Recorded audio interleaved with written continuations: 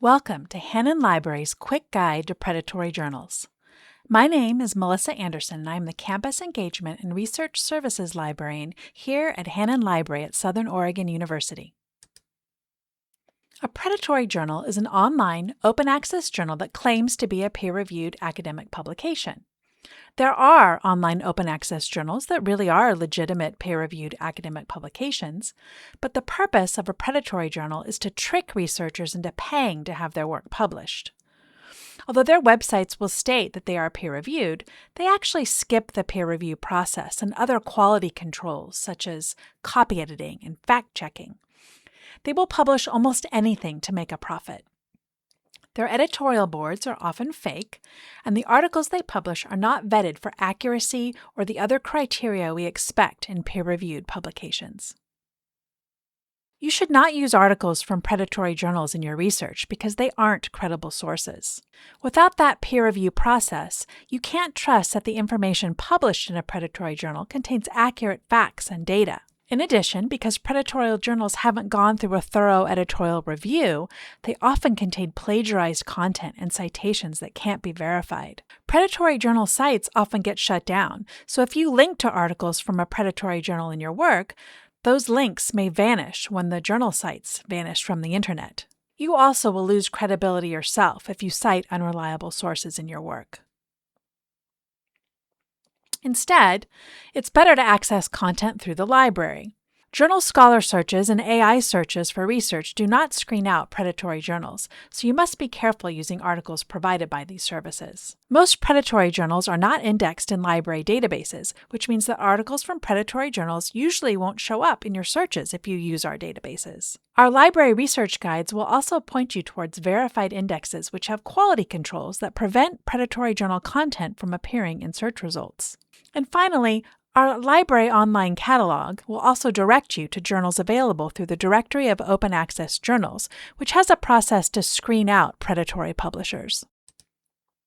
When you find articles from journals on the internet, there are some red flags you should look for to determine whether or not the journals themselves are predatory. The first thing to watch for are author fees, or article processing charges. There are legitimate journals that do charge author fees in order to make articles open access, but all predatory journals charge author fees and article processing charges, and this is a red flag. Another red flag is the rapid peer review process they often advertise on their websites. The peer review process for a legitimate academic journal can be quite slow. This is because the editors have to send out articles to experts for review and often have to correspond back and forth with reviewers and authors. Any journal promising a very rapid or expedited peer review process is suspect. Another thing to watch for are vague titles and publication details for journals you find on the internet. Predatory journals often have very broad titles that allow them to accept submissions from a variety of disciplines. It's also often difficult to find publication information for these journals, such as university affiliation or publisher names and addresses. Often, the articles published by predatory journals are of poor quality.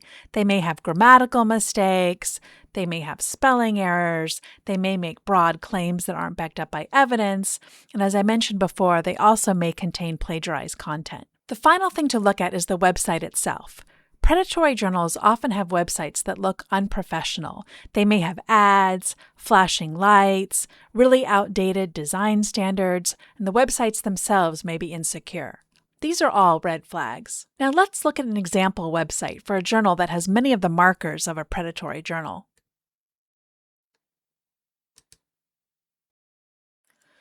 This is the website for the International Journal of Social Science Research. It has many of the markers of a predatory journal website. First, let's look for those author fees. You'll see in the menu across the top, there's a tab for publication fee. If we click on it, it takes us to a page where we can calculate the article processing charge, or APC. This is the amount it would cost an author to get their article published in this journal. You'll see that it also has links to various services that will allow you to pay this fee, whether it's a bank or PayPal or another service. This is not typical on academic journal websites. It's a sign of a predatory journal. We also want to look at the rapid peer review process. You'll see that there's a call for papers for this journal. for August 2026. The submission deadline is August 30th. It says that you will have an acceptance notification within 7 days, and that publication would happen within 10 days. This is very, very fast for an academic journal, and it is a major red flag. If we click on the homepage, we can explore more about the journal.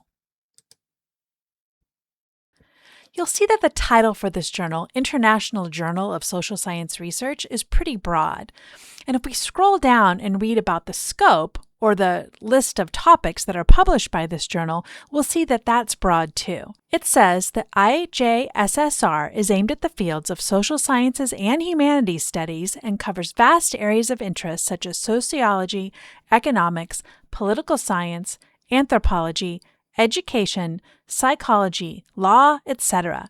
This is very, very broad for an academic journal and is not typical at all. It's also hard to find publication details for this journal. If we scroll down to the bottom, we can see that there is an address. There's no information about a university that this journal is affiliated with or information about the academic publisher, just this address and email. That's not typical. It's also a red flag. I also mentioned that many of the journal articles that are published in predatory journals are of poor quality. If we go to the link for the current issue, we can see more about what the journal publishes. The articles listed here sound like they could be legitimate academic journal articles, but you'll see they cover a lot of different topics. Let's choose one at random to look at it more closely. This journal article is called Gender and Environment: Uneven Distribution of Resources.